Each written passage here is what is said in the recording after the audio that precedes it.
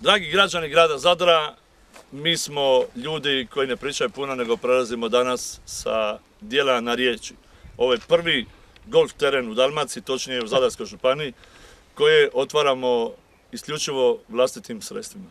Golf teren će otvoriti ministar sporta, udruge konji, Marko Žorž.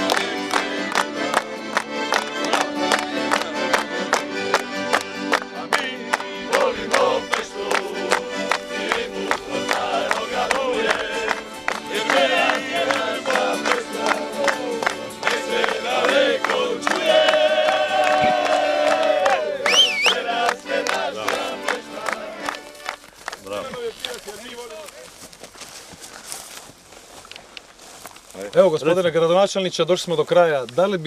Bili ste htjeli ili da li biste htjeli izvesti početni udarac na prvom golf terenu na području Zadarske županije? Nisam baš vičan, ali ako je to užanca, daću sve od sebe. Molim vas. Može. Hvala. Rupa broj 1? Rupa broj 1.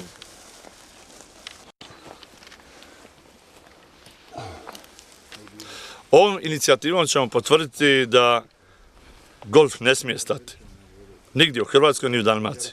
Golf ne smije stati, što ćemo sad i pokazati.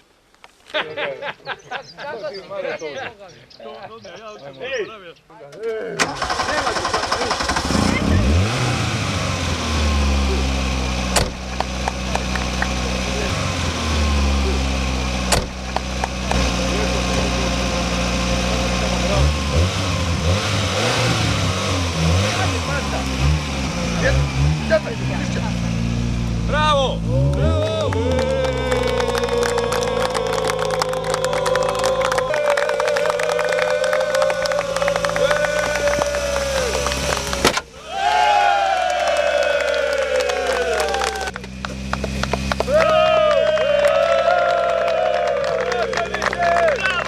Još jedanput smo potvrdili našu inicijativu.